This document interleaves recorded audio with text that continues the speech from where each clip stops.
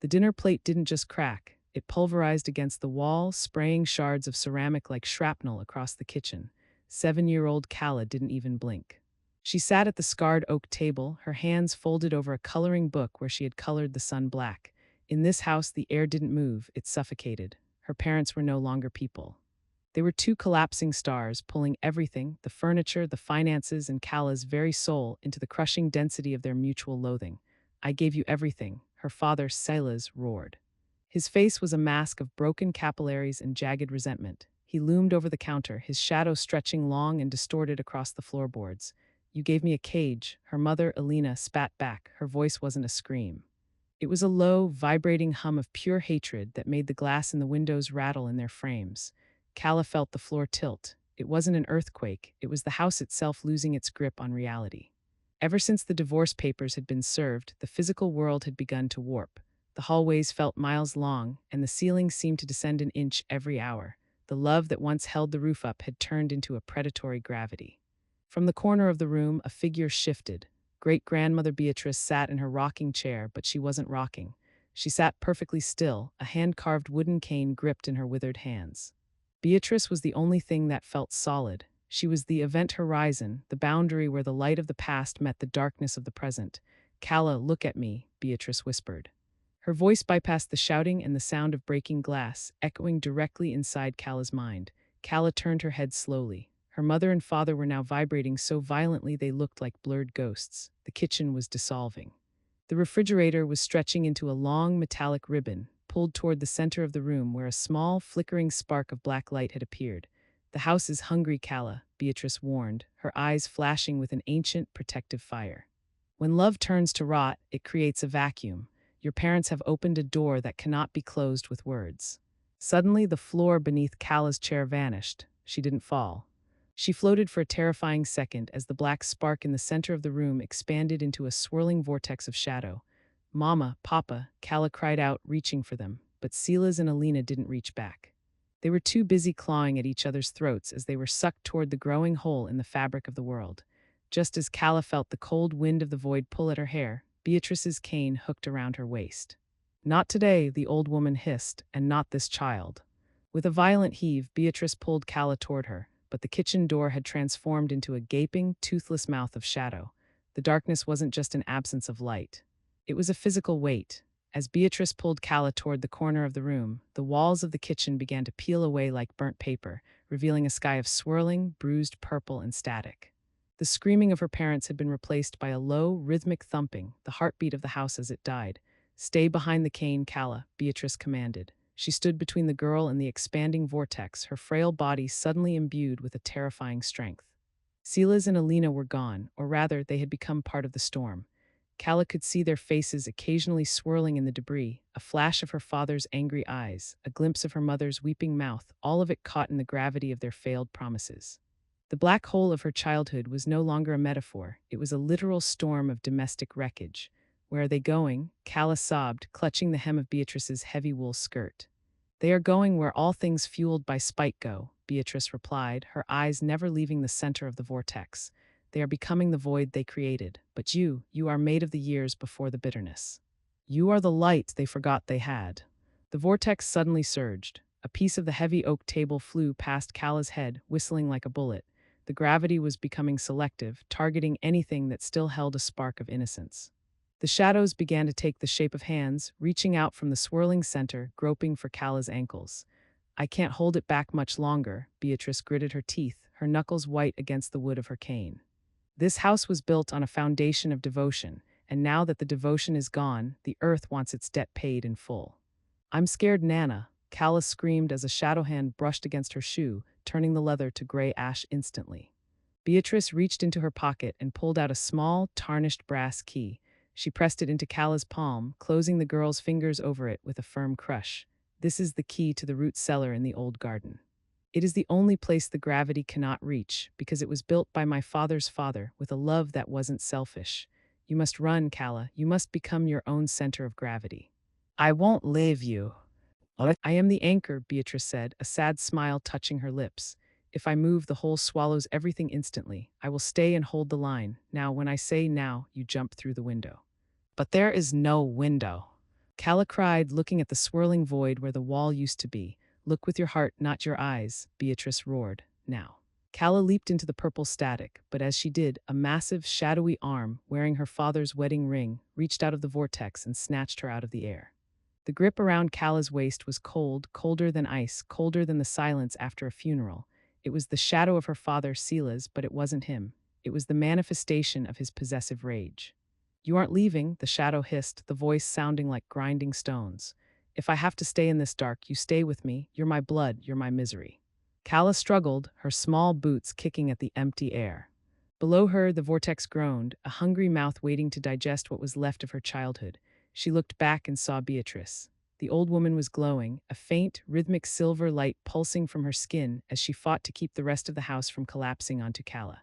Let her go, Cela's, Beatrice screamed, her voice cracking like a whip. She is not your property to drown with. The shadow ignored her, pulling Calla closer to the center of the collapse. Calla felt the brass key in her hand begin to vibrate. It grew hot, emitting a low, golden hum that seemed to irritate the darkness. She remembered what Beatrice said, look with your heart. She stopped fighting and looked at the shadow form of her father. She didn't look at the anger. She looked for the man who used to push her on the swings. She looked for the love that had been swallowed. Dad, she whispered, I love you, but you're hurting me. The shadow flinched. The grip loosened for a fraction of a second. The golden hum from the key flared bright, acting like a chemical burn against the darkness. The shadow arm recoiled, hissing in pain. Run, Calla. Beatrice's voice was fading, her silver light dimming as the house exerted more pressure. To the cellar, don't look back. Calla plummeted through the purple haze, falling toward a patch of green that looked like a distant island in a sea of ink. She hit the ground hard, the scent of damp earth and crushed mint filling her senses. She was in the old garden, but it was barely recognizable. The trees were twisting in the wind of the vacuum, their leaves turning black and falling like soot. She scrambled toward the heavy wooden doors of the root cellar, half buried in the hillside.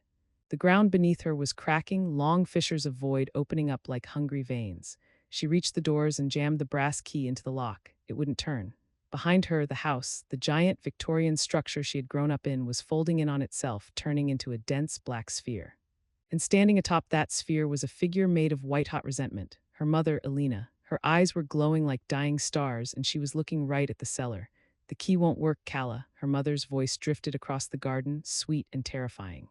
Because you still hate us for what we're doing, and hate is just the gravity that keeps you here. Calla looked at the key, then at the terrifying figure of her mother descending the hill. Calla's breath came in ragged gasps. Her mother, or the entity that used to be her mother, floated a few inches above the dying grass, her dress tattered and flowing upward as if gravity worked in reverse for her. Every step Elena took toward the cellar caused the plants nearby to wither and turn to ash. Give me the key, Calla, Elena said, her voice a haunting melody of manipulation. We can go back, we can make the house whole again. We can be a family in the dark. It's not a family, Calla screamed, her small hands trembling as she tried to force the key to turn. It's a black hole, you're eating everything. We're protecting you, the entity lied, its face flickering between the mother Calla remembered and a hollow-eyed specter. The world outside is cold. In here in the dark, we're all the same. No more fighting, just the void. The ground groaned again, and a massive crack opened between Calla and the cellar door. She slipped, her leg dangling over a literal abyss of nothingness. She clutched the cellar handle with one hand and the key with the other. Suddenly, a silver light erupted from the cellar vents. Beatrice's voice echoed from deep underground, though Calla knew the old woman was still back at the house, holding the line. The key doesn't turn with force, Calla, it turns with forgiveness. Not for them, for yourself. Forgive yourself for not being able to save them. Calla looked at the key. She realized she had been gripping it so hard because she felt guilty. She felt like it was her fault the love had died, that if she had been a better daughter, the house wouldn't be collapsing. I'm sorry I couldn't fix it, Calla whispered into the brass, but I'm going to live anyway. The key turned with a soft musical click. The cellar doors flew open, and a warmth like a summer afternoon spilled out. Calla threw herself inside just as her mother's shadow form reached the threshold. The entity shrieked as the light from the cellar hit it, its form beginning to dissolve into gray mist. Calla slammed the doors shut and threw the bolt. For a moment there was silence. Then a rhythmic pounding began on the wood. Thump, thump, thump, Calla. Let us in. Her father's voice joined her mother's. They weren't screaming anymore, they were pleading. The sound was more heartbreaking than the anger. Calla backed away into the darkness of the cellar, her heart racing. The pounding grew louder and the heavy oak doors began to splinter. Small, black fingers of shadow started to poke through the cracks. "You can't hide forever," they whispered in unison. Then the cellar floor began to vibrate, and Calla realized she wasn't alone in the dark. Calla retreated into the furthest corner of the root cellar, her eyes wide as she tried to pierce the gloom. The pounding on the doors was relentless, the wood groaning under the weight of her parents' desperate, dark love. But the vibration beneath her feet wasn't from them. It was deeper, more ancient. A soft amber glow began to emanate from the floorboards at the back of the cellar. A trapdoor hidden beneath decades of dust and old potato sacks slowly creaked open. "Down here, little bird," a voice called out. It was Beatrice, but she sounded different, younger, stronger, as if the weight of the years had been stripped away by the very chaos she was fighting. Calla didn't hesitate. She scrambled through the trapdoor and found herself in a tunnel lined with smooth, white stones. At the end of the tunnel stood Beatrice, holding a lantern that burned with a steady blue flame. The old woman looked decades younger, her hair a vibrant silver and her posture straight as an arrow. "Nana, is the house gone?" Calla asked, her voice trembling. "The house is a memory now," Beatrice said, her eyes sad but firm. "A memory that will try to haunt you. We are in the root of the garden now. This is where the true love of our lineage is stored, the parts your parents couldn't touch because they were too busy looking at themselves." "But they're at the door," Calla pointed back toward the tunnel entrance. "They are at the door of their own making," Beatrice corrected. "They cannot enter here unless you invite them, and you must never invite them, Calla. Their hunger is a disease." Suddenly, the tunnel shook. A massive black root, oily and smelling of ozone, burst through the white stone wall. It wasn't a plant. It was a physical manifestation of her parents' combined hatred, tracking her even here.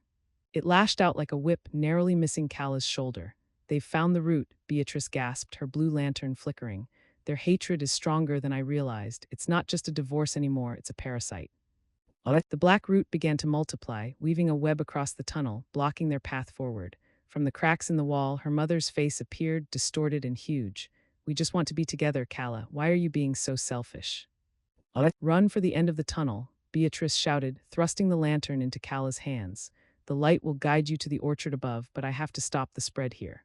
"No, I'm not leaving you again." "You aren't leaving me," Beatrice smiled, and for a second she looked exactly like Calla. "I am the part of you that survives, now Gio." Beatrice threw herself at the black roots, her body dissolving into a blinding flash of silver light that acted like a dam against the darkness. Calla ran, the blue lantern illuminating a spiral staircase made of living wood at the end of the tunnel. She climbed, her lungs burning, until she burst through a hatch and into the cool night air of the orchard.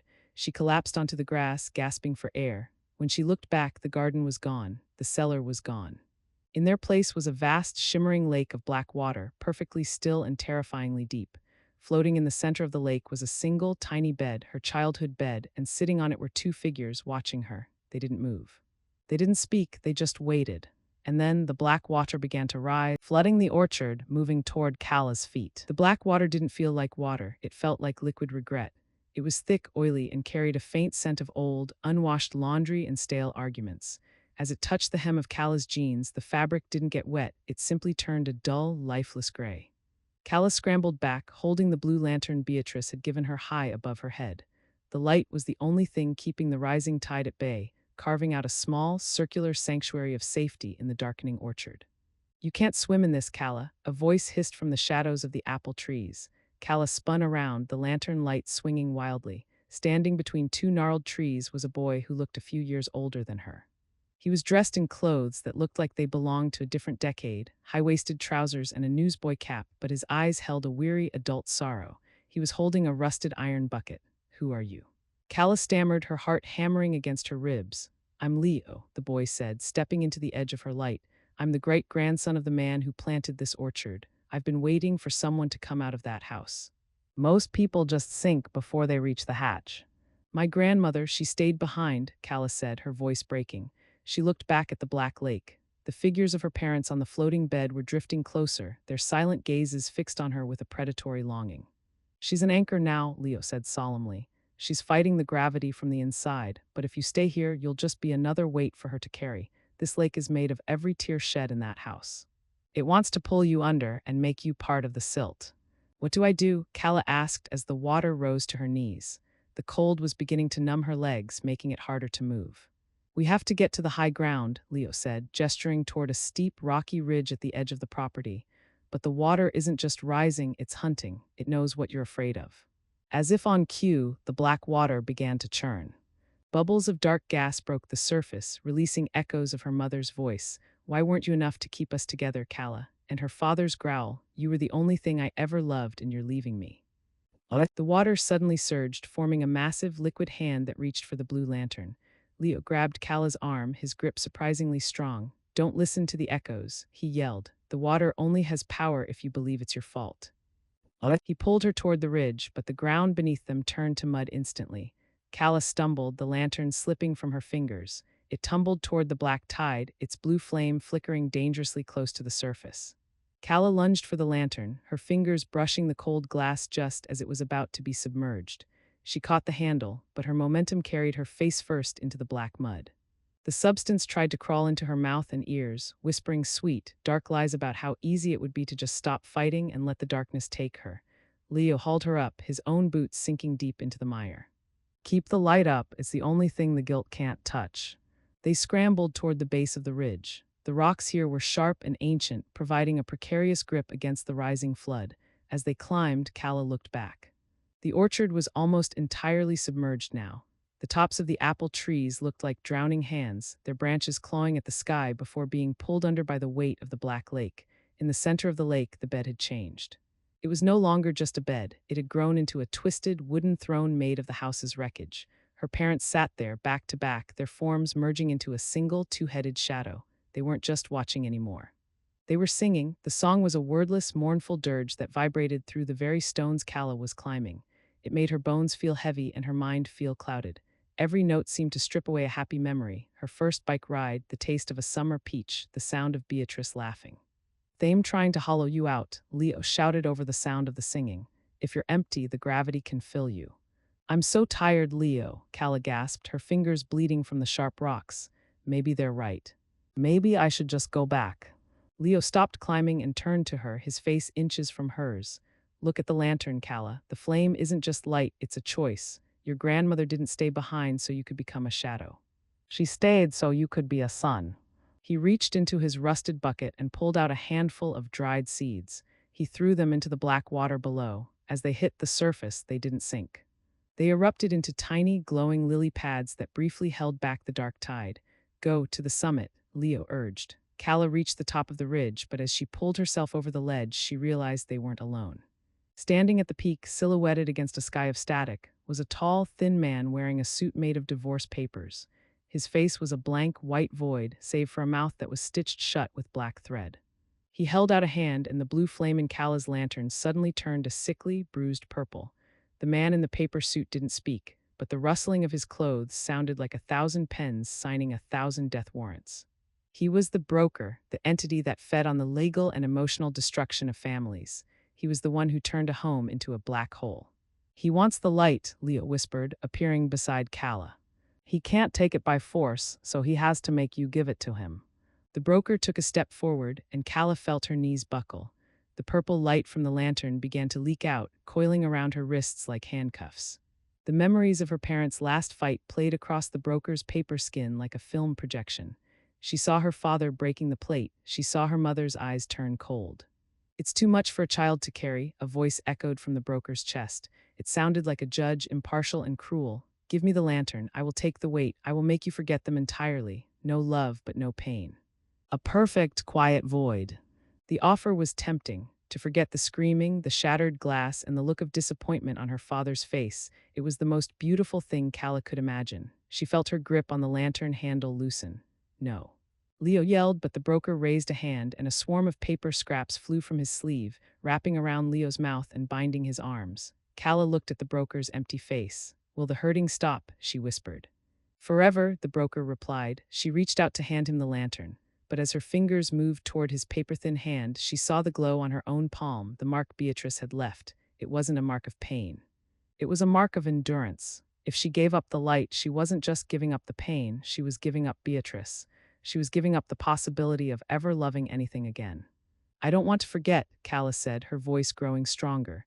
"The pain is how I know the love was real." She pulled the lantern back and smashed it against the ground at her feet. the blue flame didn't go out. Instead, it ignited the air itself. The blue fire raced up the broker's paper suit, turning the legal documents and the projected memories into white ash. The broker let out a silent, paper-thin scream before disintegrating into the wind. But the victory was short-lived. The destruction of the broker had released a massive wave of energy that cracked the ridge.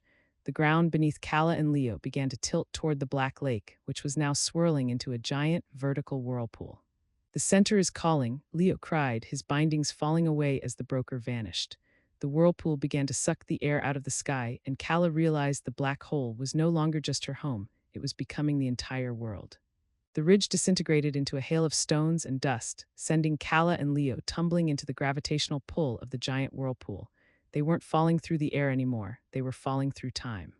As they spun through the vortex, Calla saw flashes of her family's history. She saw her great-grandfather planting the first apple tree with a smile that lit up the grove. She saw her grandmother, Beatrice, as a young girl, hiding from a different kind of storm. She saw the moments where the black hole had first begun to form small, tiny slights that were never forgiven, words that were held back until they turned into poison. "It's a cycle." Leo shouted, his voice faint against the roar of the vortex. "The hunger doesn't start with your parents, it's been growing for generations." The realization was a heavy weight in Calla's chest. The love in her family hadn't just died. It had been starved bit by people who forgot how to give. Suddenly, the spinning stopped. Calla and Leo landed on a hard, cold surface. They were back in the kitchen of the Victorian house, but it was empty and frozen in time. The walls were covered in a thick layer of frost, and the air was so cold their breath turned to ice crystals. In the center of the room stood the two-headed shadow of her parents. It was larger now, filling the space from floor to ceiling. Its many arms were reaching into the walls, pulling the very color out of the wallpaper. "You came back," the shadow boomed. "You realize there is nowhere else to go. Outside is just a different kind of empty." "Where is Beatrice?" Calla demanded, stepping forward. Her blue lantern was gone, but the mark on her palm was glowing with a fierce, steady heat. The shadow laughed, a sound like glass breaking. "The anchor is broken." She tried to hold the world together with old stories and dried flowers. "But we are the reality. We are the truth of what happens when the light goes out." The shadow lunged, its dark fingers wrapping around Calla's throat. But it didn't feel like a physical grip, it felt like a wave of pure, concentrated depression. Calla felt her hope draining away, her vision tunneling into a single point of blackness. "Leo, help," she choked out. But Leo wasn't looking at her, he was looking at a small, frosted window. "The sun is coming up, Calla. If we can just hold out until the first light hits the house, the gravity will break." "There is no sun here." The shadow roared, throwing Calla against the frozen stove. As Calla slumped to the floor, she saw something under the kitchen cabinets, a small wooden toy horse she had lost years ago. It was a remnant of a time when the house was full of light. She reached for it, but as her hand touched the wood, it turned to ash. The shadow loomed over her, its two faces merging into one giant, weeping mask. "Give up, Calla, become the center with us." Just as the shadow's hand descended to crush her, a tiny, golden sprout pushed through the floorboards between them. The golden sprout was small, no bigger than a finger, but it pulsed with a life force so intense the frost on the kitchen floor began to hiss and steam. It was the seed Leo had thrown into the lake, somehow finding purchase in the heart of the wreckage. "What is that?" the shadow shrieked, recoiling as if the tiny plant were a branding iron. "There is no life allowed in this house." "This is a place of endings." "It's an intention," Leo said, standing over the sprout. "It's the intention to grow even when the soil is poisoned." The shadow lashed out, but the sprout grew with impossible speed, thickening into a sturdy vine that wound itself around the shadow's limbs. The more the shadow fought, the tighter the vine became. Calla scrambled to her feet, the heat in her palm now echoing the pulse of the growing plant. "Calla, the mark," Leo pointed to her hand. "The vine needs a heart to guide it. You have to tell it what to become." Calla looked at the monstrous shadow of her parents. For the first time, she didn't feel terror. She felt a profound, soul-aching pity. They were trapped in this black hole just as much as she was. They were the victims of their own inability to let go of their hatred. She stepped toward the shadow and pressed her glowing palm against the center of its dark chest. "I don't hate you," she whispered. "And I won't let your hate define me anymore." The vine erupted with hundreds of glowing, amber flowers. The scent of 1,000 springs flooded the kitchen, shattering the frost and causing the walls of the house to tremble. The shadow began to dissolve, not into nothingness, but into a flock of white birds that flew out through the shattered windows. The house began to groan, not the groan of a dying animal, but the sound of a structure being reset. The black hole was losing its density, the gravity was normalizing. We have to go, Leo yelled, grabbing Calla's hand. The house is resetting. If we stay, we'll be trapped in the past. They ran toward the front door, which was no longer a mouth of shadow, but a simple wooden door. They burst through it and out onto the porch. But the world outside wasn't the orchard. It was a vast gray wasteland stretching in every direction. The house was the only thing standing in a desert of ash, and standing at the edge of the porch, looking out at the wasteland, was a young woman who looked exactly like Calla, but she was transparent, like a ghost. She turned to look at Calla, and her eyes were filled with a terrifying, ancient hunger. You survived the first layer, the ghost Calla said, but do you have enough love to fill a world where everything else is dead? The ghost pointed toward the horizon, where a massive black sun was beginning to rise, casting shadows that moved on their own. The ghost Calla stood on the edge of the porch, her form flickering like a dying television screen. The air in this wasteland tasted of charcoal and forgotten promises. Behind them, the Victorian house sat like a lonely island in a sea of gray ash. Leo gripped Calla's hand, his knuckles white. She's a mirror, Leo whispered, his voice trembling. She's the version of you that didn't make it out of the kitchen. She's the girl who stayed in the dark until she became the dark. The transparent girl tilted her head, her movements jerky and unnatural. You think you're free because you walked through a door, she mocked, her voice echoing with the combined timbre of Calla's mother and father. This wasteland is the truth of your inheritance. Your great-grandfather gave us the trees, but your parents gave us the drought. There is nothing left to grow here. I have the seed, Calla said, raising her glowing palm, but the mark was dimming.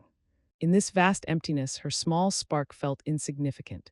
The black sun rose higher, and as its rays hit the ash, the ground began to ripple. Figures began to emerge from the gray dust, hundreds of them. They were the shades of other families, other daughters, and other sons who had been swallowed by their own versions of the black hole. They moved toward the house with a slow, rhythmic gait, their mouths open in silent, hungry screams. The desolate, Leo said, stepping in front of Calla. They feed on any light that makes it this far. If they touch you, you'll forget your own name. I won't let them, Calla said, but her voice lacked conviction. The sheer scale of the misery around her was a new kind of gravity. It wasn't the violent pull of her parents' rage. It was the heavy, suffocating weight of apathy. The ghost Calla laughed and stepped off the porch, merging into the crowd of shades. Come and join us, Calla. It's so much easier to be ash than to be a flame. The first of the shades reached the porch steps. It was a man holding a broken wedding ring, his eyes leaking gray dust. He reached out a hand, and the wood of the porch turned to powder where he touched it. Leo swung his rusted bucket, scattering a few remaining seeds, but they hit the ash and withered instantly. The soil is dead, Calla. We need a different kind of fuel. As the shades swarmed the porch, Calla looked back at the front door. A faint, silver light was leaking from the keyhole. It was Beatrice, or what was left of her. The light isn't in the seeds anymore, Calla. Beatrice's voice drifted out. It's in the blood. You have to give the wasteland something that costs you. Calla looked at her glowing palm, then at the sharp, splintered railing of the porch. Calla didn't hesitate. She pressed her glowing palm against the jagged wood of the porch railing, letting the splinter pierce her skin. She expected pain, but instead she felt a surge of warmth. Where her blood hit the gray ash, it didn't soak in, it blossomed. A vibrant crimson flower erupted from the dust, its petals glowing with the intensity of a heartbeat. The shades recoiled, their gray forms smoking as the light hit them. The man with the broken ring shrieked, a sound like dry leaves burning, and vanished into the wind. It's working, Leo shouted, though he looked pale. But you can't bleed for the whole world, Calla. You'll empty yourself out. I'm not bleeding for the world, Calla grunted, pressing harder. I'm bleeding for the girl I used to be. More flowers bloomed, creating a small path of color through the gray waste. Calla and Leo ran down the steps, following the trail of crimson. Every step Calla took, a new flower sprang up, but with every blossom, she felt a little dizzier, a little colder. The wasteland was vast, and the black sun above seemed to be drinking the light from her flowers as fast as they grew.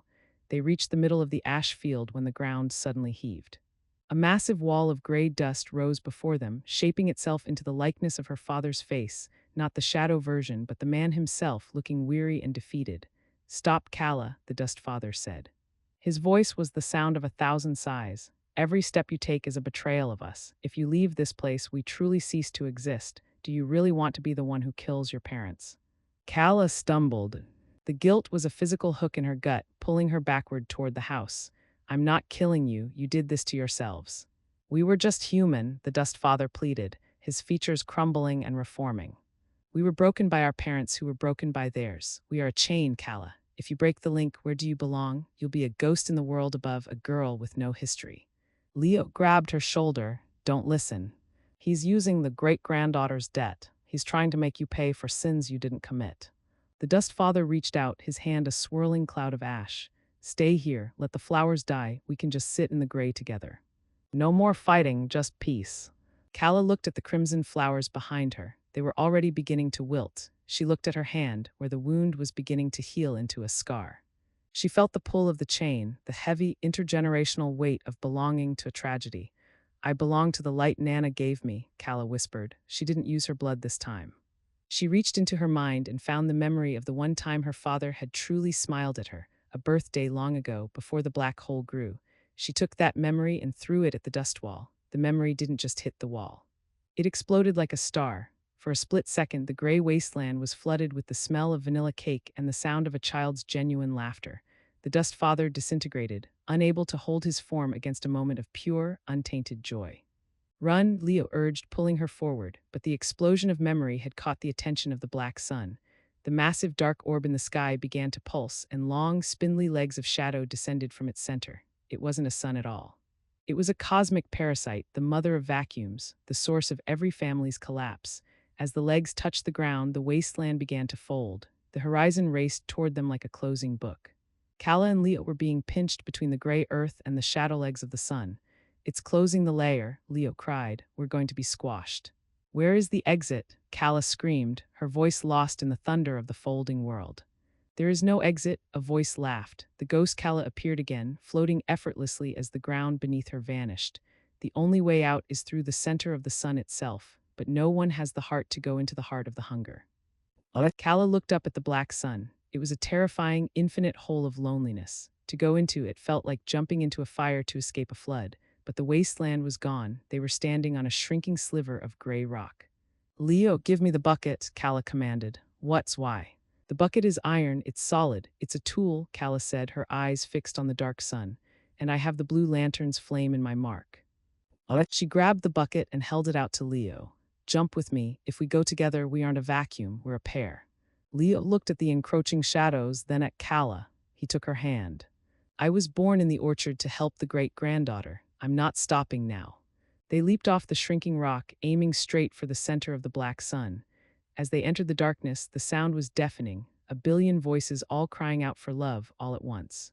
Calla felt her skin being pulled in 1,000 directions. She felt her very name being erased, but she gripped Leo's hand and focused on the iron bucket. She imagined it wasn't a bucket but a bell. She struck the side of the iron with her glowing palm. Clang. The sound of the iron bell rang through the void, a clear, solid note that didn't belong in a place of shadows. The darkness shivered. Clang. The second strike sent a ripple through the black sun. Calla saw a flicker of something inside the void, a small wooden door with a brass handle. It was the same door she had seen at the very beginning. Clang. The third strike shattered the black sun like a glass bulb. The explosion of the black sun didn't throw them into another wasteland. Instead, Calla and Leo found themselves suspended in a place of infinite white. There was no ground, no sky, and no gravity. It was the white room, the space between the layers of her heritage. Calla looked around, dizzy. Leo was still holding her hand, but he was fading. His form was becoming translucent, the colors of his 1920s clothing washing away. Leo, what's happening? Calla asked, panic rising in her chest. I told you, Leo said, his voice soft and distant. I was born of the orchard. I was a manifestation of your great-grandmother's hope. Now that you've broken the black sun, the hope is inside you. You don't need the projection anymore. I do, I need you. I don't know where to go. Leo pointed ahead. A few yards away, a woman sat at a small wooden desk. She was writing in a massive, leather-bound book. She looked like Calla's mother, but without the bitterness. She looked like Beatrice, but without the age. She was the recorder of lineage. She has the final map, Leo whispered. But she only gives it to those who can answer for their family. Leo's hand slipped from Calla's as he vanished into a cloud of white petals. Calla stood alone in the silence, her heart heavy. She walked toward the woman at the desk. The sound of the pen scratching against the parchment was the only noise in the universe. The woman didn't look up. Name. Calla, she replied. And whose debt do you carry, Calla? None, Calla said firmly. I paid it in the wasteland. I gave my blood and my memories. The woman stopped writing. She looked up, and her eyes were like mirrors, reflecting Calla's own face back at her. You think the debt is paid because you survived? Survival is just the beginning. The real question is, what will you do with the hole they left in you? A black hole doesn't just go away, Calla. It leaves a scar on the universe. The woman pushed the book across the desk. The pages were blank, except for one word at the very top, hatred. To move to the final layer, the woman said, her voice turning cold, you must write down the names of everyone you hate. You must give them to the book. Only then can you be light. Calla picked up the pen. It felt like it weighed 100 pounds. She thought of her mother's cold eyes. She thought of her father's violent outbursts. She thought of the broker and the dust shades. She began to write, but as the ink touched the paper, the white room began to darken.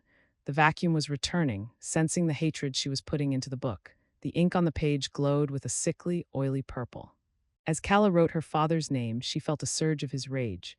As she wrote her mother's name, she felt her mother's crushing disappointment. The book wasn't a way to let go, it was a way to bind herself to them forever. Stop. Calla shouted, dropping the pen. The ink splattered across the white floor, and where it landed, the floor dissolved into that familiar, terrifying void. The woman at the desk smiled, but it was a sharp, jagged expression. Why stop? Hatred is the strongest bond there is. It's stronger than love. Love can fail, but hatred will keep you connected to your parents for 1,000 years. It will keep you in this house forever. That's what you want, Calla realized, her eyes narrowing. You aren't a recorder, you're the hatred itself. You're the reason the black hole never closes. The woman's form began to stretch and warp, her skin turning into the same paper-thin material the broker had been made of. I am the story of every great-granddaughter who couldn't let go. I am the legacy of the grudge. The white room collapsed. The white turned to a dark, suffocating red. Calla found herself back in the ruins of the Victorian house, but it was upside down. She was standing on the ceiling, looking down at the floor. In the center of the room, her parents were tied together by thick, rusted chains. They were being pulled toward a furnace in the center of the floor, a furnace fueled by the very book Calla had just started to write in. Help us, Calla, they screamed. The recorder stood over the furnace, her hand on the lever.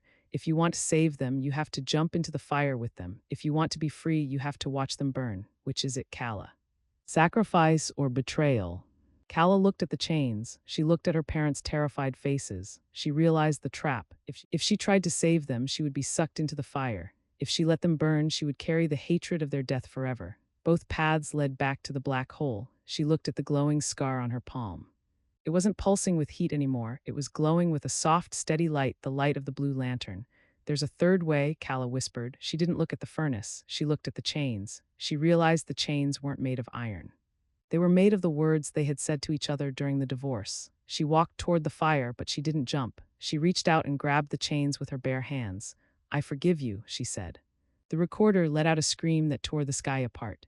The furnace exploded, but instead of fire, a flood of cold, clear water erupted, filling the upside-down house. Calla was swept away by the current, spinning through the dark until she hit something hard. She opened her eyes and realized she was back in the real world, the actual physical world. But she was standing in the middle of a courtroom, and a judge was looking down at her, a gavel raised in his hand. The girl must choose, the judge said, but his voice was the combined roar of the entire 25-part story.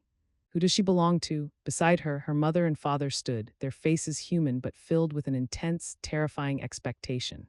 And behind them, the shadow of the house was already starting to reform. The courtroom was a cathedral of cold marble and fluorescent light. The judge, a man whose skin looked like weathered parchment, loomed over the bench. Calla felt small, her feet barely touching the floor as she sat between the two warring sons of her life. To her left, her father smelled of stress and tobacco. To her right, her mother was a cloud of sharp perfume and suppressed tears.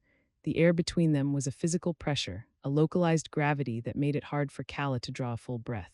The girl must choose, the judge repeated, his voice echoing not off the walls but inside Calla's skull. This wasn't just a legal proceeding, it was the Great Partition.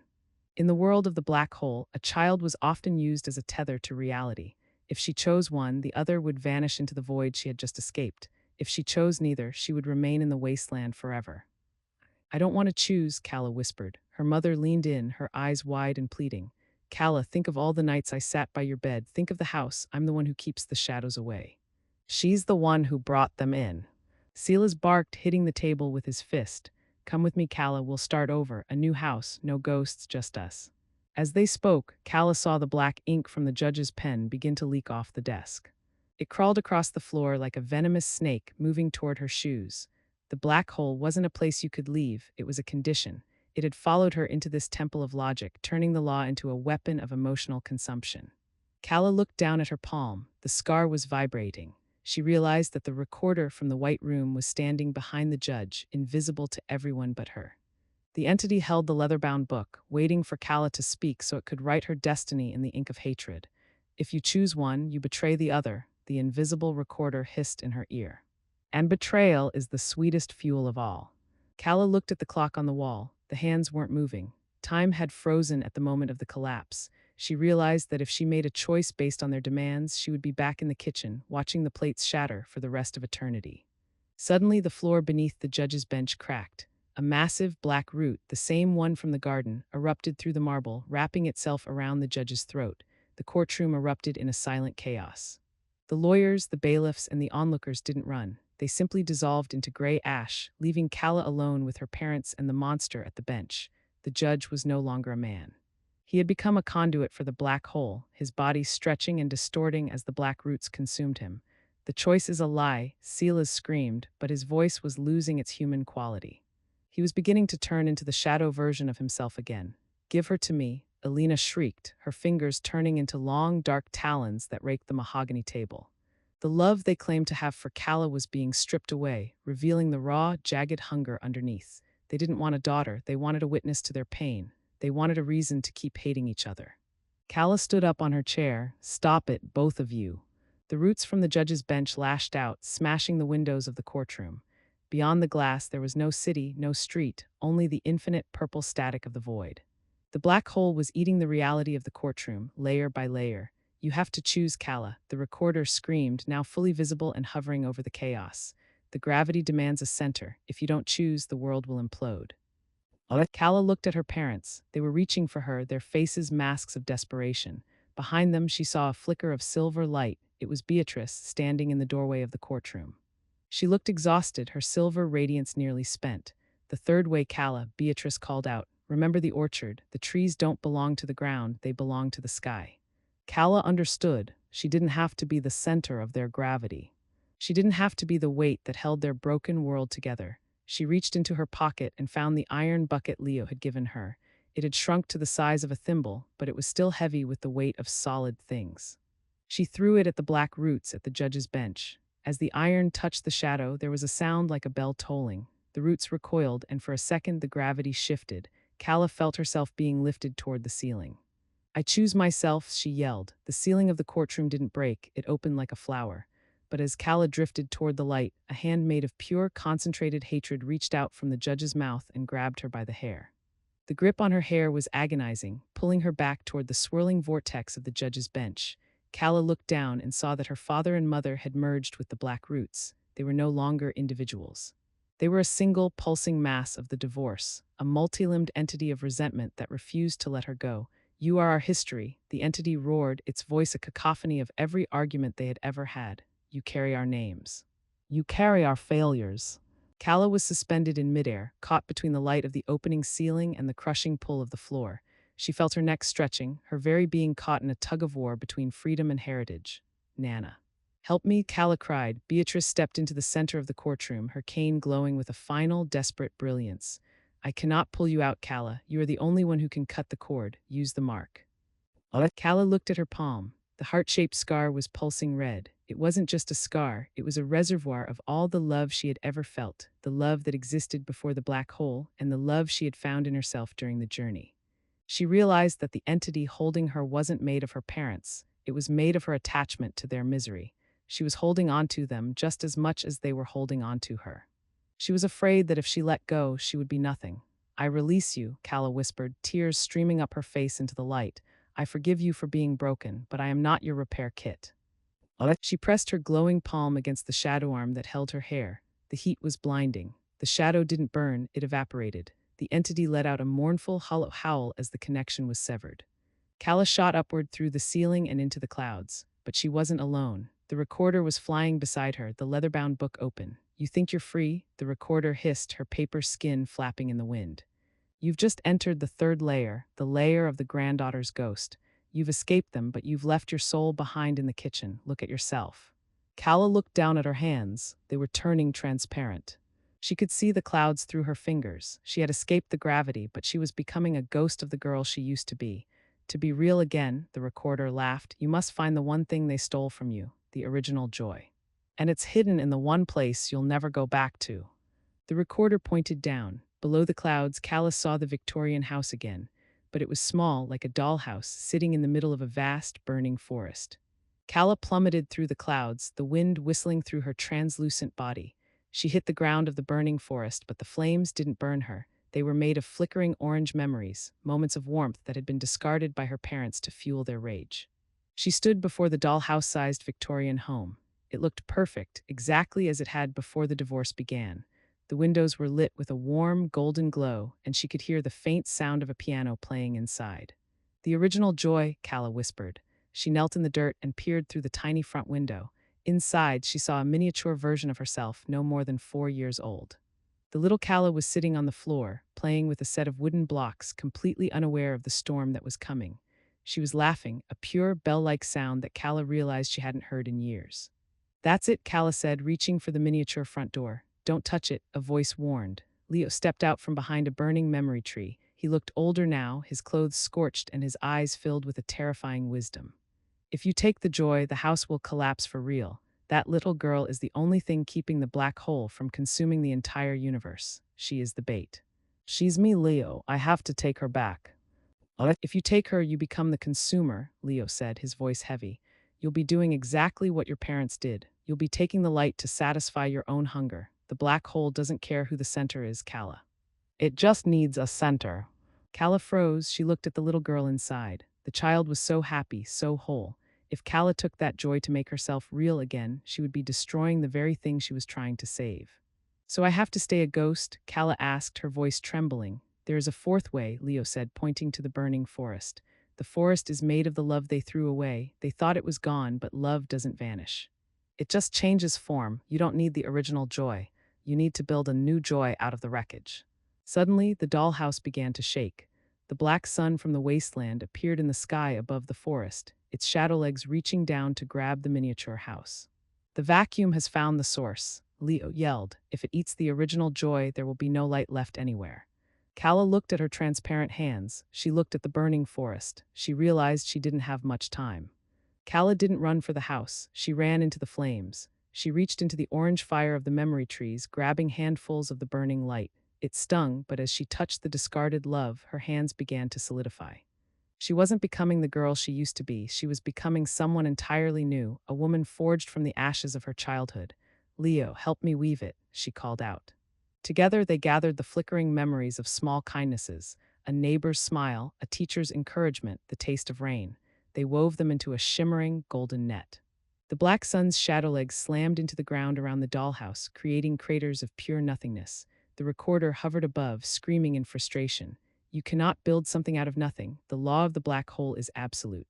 Only consumption is real. Then watch this, Calla roared. She threw the golden net over the dollhouse, but she didn't pull it toward her. She anchored it to the ground. She wasn't taking the joy, she was protecting it. She was becoming a shield instead of a vacuum. The golden net flared with a brilliant, blinding light. The black sun recoiled, its shadow legs dissolving into gray mist. The burning forest transformed into a lush, green grove, the true orchard, restored not by the past, but by Calla's refusal to repeat it. The dollhouse grew, expanding until it was full-sized once more. But it wasn't the Victorian house of her childhood. It was a new structure, made of glass and cedar, open to the sunlight and the wind. Calla stood at the threshold, her body now solid and vibrating with life. She looked back at Leo. Is it over? Leo smiled, but his form was beginning to turn into a flock of white birds. The layers are dissolved, Calla. You've done what no great-granddaughter has ever done. You've broken the gravity. But as Leo vanished, the ground beneath the new house began to crack. A single, thin line of black ink snaked across the floor toward Calla's feet. From the shadows of the new hallway, a voice whispered, a voice that sounded like her own but twisted with a century of bitterness. You think you won, the voice hissed, but you forgot one thing. I was the one who taught you how to love. And I am still in the basement. Calla turned to look at the cellar door, and she saw the brass handle begin to turn. The cellar door didn't creak, it exhaled. A cold, damp draft surged into the hallway of Calla's new cedar and glass home, carrying the stench of stagnant water and old, festering grudges. Calla stood paralyzed as the brass handle completed its slow, deliberate rotation. She had built this place out of light and forgiveness, but she had built it on the same ground where the Victorian house had collapsed. The foundation was still the same. "I thought I buried you," Calla whispered, her voice trembling. The door swung open, revealing a staircase that didn't lead to a cellar but to a vast subterranean library of shadows. Standing at the top of the stairs was her mother, Elena, but she wasn't the monster Calla had fought in the courtroom or the wasteland. She looked small, frail, and human. She was wearing the floral apron she used to wear on Sunday mornings, but it was stained with black ink. "You can't bury the woman who gave you life, Calla," Elena said, her voice dripping with a terrifying, soft sweetness. "I'm not a ghost. I'm the memory you try to pretend doesn't exist every time you smile." Elena stepped into the hallway, and the glass walls of Calla's new home began to fog with frost. Wherever Elena's shadow touched, the vibrant cedar turned to rotting, gray driftwood. She wasn't attacking. She was simply presenting her misery, and it was contagious. "Get out," Calla commanded, but the mark on her palm felt cold. "I forgave you. I moved on." "Forgiveness is just a polite word for forgetting," Elena laughed, and the sound was like glass grinding on bone. "You didn't forgive me for my sake, Calla. You did it to feel superior. You did it to make yourself the hero of a story where I'm the villain. But who made me the villain? Who sat and watched while I gave up my soul for a house that never loved me back?" Behind Elena, a second figure emerged from the dark. It was her father, Silas. He wasn't angry this time. He looked broken, his shoulders slumped, holding the same shattered porcelain vase from the very beginning. "We aren't here to fight you, Calla," Silas said, his voice a hollow echo. "We're here to show you the truth of the love you think you found. It was never love. It was just a temporary reprieve from the hatred that defines us." He dropped the vase, and as it shattered, the floor beneath Calla's feet turned into a liquid black ink. She began to sink, the black hole opening its mouth once more. "You think you're different?" Elena hissed, leaning over her. "You're the great-granddaughter. You're the fourth iteration of the same mistake." As Calla sank to her waist, she saw something move in the shadows behind her parents. A third figure, tall and draped in a heavy black veil. The veiled figure stepped forward, and even the shadows of her parents seemed to shrink in its presence. This was the source, the grandmother of hatred, the one who had birthed the vacuum before Beatrice had even been born. As she reached up to pull back her veil, the walls of the glass house shattered, and the world outside became a vortex of screaming wind. The face behind the veil was not a face at all. It was a mirror. But instead of reflecting Calla, it reflected every moment Calla had ever felt a spark of resentment. It showed the time she had wished her parents were dead so the fighting would stop. It showed the bitterness she felt toward the world for her stolen childhood. "This is the real inheritance," the figure spoke, and its voice was 1,000 years of family feuds. "The love was the lie we told to keep the species going. The hatred is the only thing that lasts. It is the solid ground. It is the gravity that holds the universe together." Calla struggled against the ink, but her arms felt like lead. Her parents were now kneeling beside her, their hands pressing on her shoulders, not to help her up, but to push her down. "Stay with us," her mother whispered. "Don't be a hero. It's too lonely. Just hate us. Hate us for what we did, and you'll never be alone again." "No," Calla screamed, but her mouth filled with the bitter taste of ink. Suddenly, a flicker of blue light appeared at the bottom of the inkwell. It was the blue lantern, but it was being held by the 4-year-old version of Calla, the original joy she had protected in the dollhouse. The child was swimming through the darkness, her eyes bright and unafraid. The child reached out and touched Calla's hand. In that moment, Calla realized the final betrayal. Her parents hadn't just failed her, they were actively trying to cannibalize her future to justify their past. They didn't want her to be free because her freedom proved that their misery was a choice. "The love wasn't a lie," Calla gurgled through the darkness. "The lie was that I needed yours to be whole." She grabbed the child's hand, and the blue light flared into a supernova. The inkwell didn't just drain, it boiled away. Calla felt a surge of violent, righteous energy. She wasn't a victim anymore. She was the end of the line. She exploded out of the ink, her form glowing with a terrifying, white-hot light. Her parents recoiled, their shadow forms smoking. "You want my hatred?" Calla roared. "Then take it, take all of it." She reached out and grabbed her mother and father by their throats, and for the first time she was the one with the gravity. Calla didn't crush them. She did something far worse. She forced them to see her, not as their daughter, not as their property, but as a person they had tried to destroy. She funneled every ounce of the pain, the cold nights, and the shattered glass back into their souls. "Look at what you did," she screamed. The shadow forms of Silas and Elena began to crack. They weren't built to hold that much reality. They were built to exist in the vague, blurry world of excuses. Under the direct light of Calla's truth, they began to disintegrate into piles of gray ash. The grandmother of hatred let out a screech that shook the foundations of the world. You are destroying the lineage. Without the debt, there is no story, you will be nothing. Then I'll be nothing, Calla yelled back. She turned her gaze to the mirror-faced entity. I don't hate you because you're evil, I hate you because you're boring. You're just the same sad story told over and over again, and I'm bored of listening to it. Calla punched the mirror face. The glass didn't just break, it detonated. The explosion threw Calla backward into a void of pure white light. When the light faded, she was standing in the middle of a modern, empty apartment. No glass walls, no cedar, no Victorian ruins. Just a white-walled room in the middle of a city she didn't recognize. It was morning. The sun was shining through a window, casting a long, clean rectangle on the hardwood floor. She was 25 years old. She looked at her hands. They were scarred, but they were solid. She felt a profound sense of peace, but it was a heavy, quiet peace. She walked to the window and looked out at the street below. People were walking to work, drinking coffee, living lives that had nothing to do with her. She walked to the kitchen and saw a letter on the counter. It was from a law firm regarding the estate of Beatrice Miller. Calla opened the letter with trembling fingers. Inside was a single key, not brass, not iron, but a simple, modern house key and a handwritten note from Beatrice. Calla, the house is gone, the orchard is gone, but the dirt is still there. They've sold the land to developers, but I kept the center. The spot where the first tree stood. It's yours now, do not build a house there. Plant something that doesn't need a roof. Calla felt a surge of relief, but as she turned to leave the apartment, she saw a shadow move in the corner of her eye. She turned and her heart stopped. Standing in the corner was her mother. But she wasn't a ghost or a shadow. She was an old woman in a hospital gown, looking confused and terrified. Calla, the woman whispered, is that you? I don't know where I am. Calla stood frozen. This wasn't a psychological layer or a manifestation of the void. This was reality. Her mother, Elena, had been diagnosed with early-onset dementia. The woman who had spent Calla's childhood trying to swallow her soul was now losing her own. I'm here, Mom, Calla said, her voice a flat, dead thing. She walked over to the old woman. Elena's skin felt like tissue paper. The fire, the rage, and the terrifying gravity were gone, replaced by a hollow, flickering light. The black hole hadn't been defeated. It had simply moved from the house into her mother's mind. I did something bad, didn't I? Elena whispered, her eyes searching Calla's face for a memory she couldn't find. I remember a house. I remember breaking things. I remember a girl I loved, but I think I hurt her. The final hook was in. The ultimate betrayal wasn't the violence or the hatred, it was this. Her mother was offering her a genuine apology, but she was doing it through the veil of a disease that made her a victim.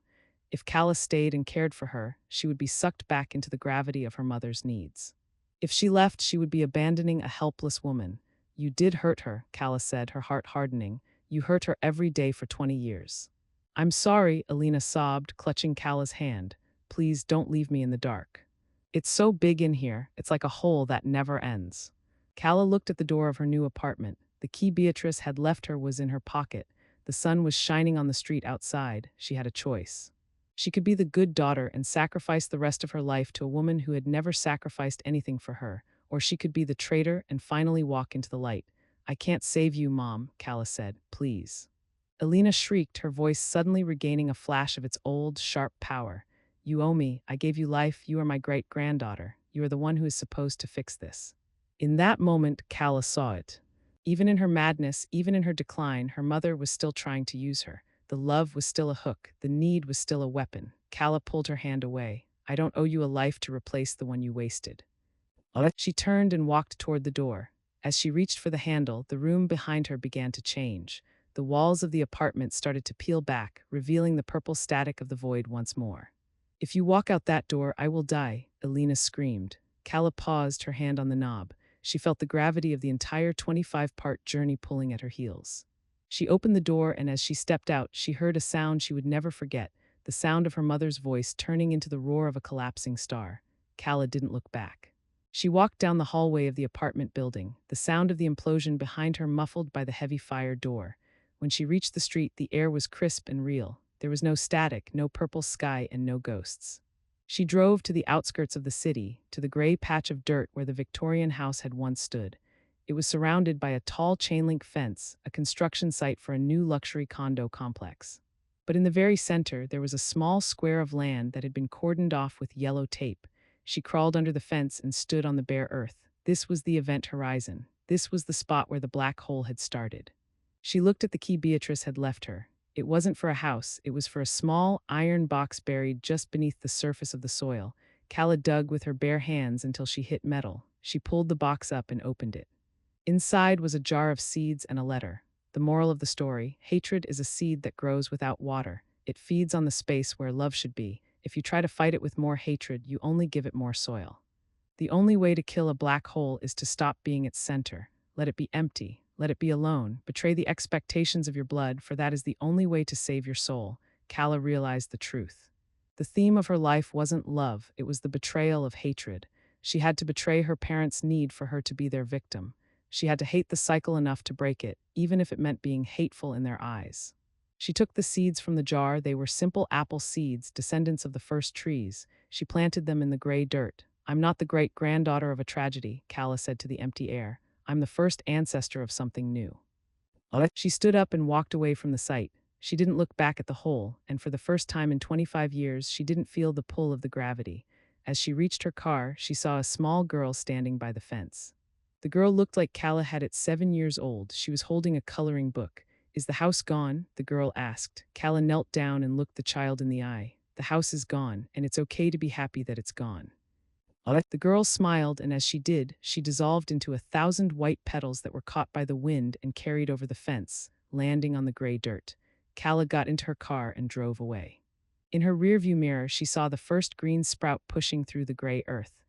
The black hole was finally closed, not because it was filled, but because there was no one left to fall into it. The story of the great-granddaughter ended there, on a quiet road, under a sun that didn't scream, in a world that was finally blessedly silent.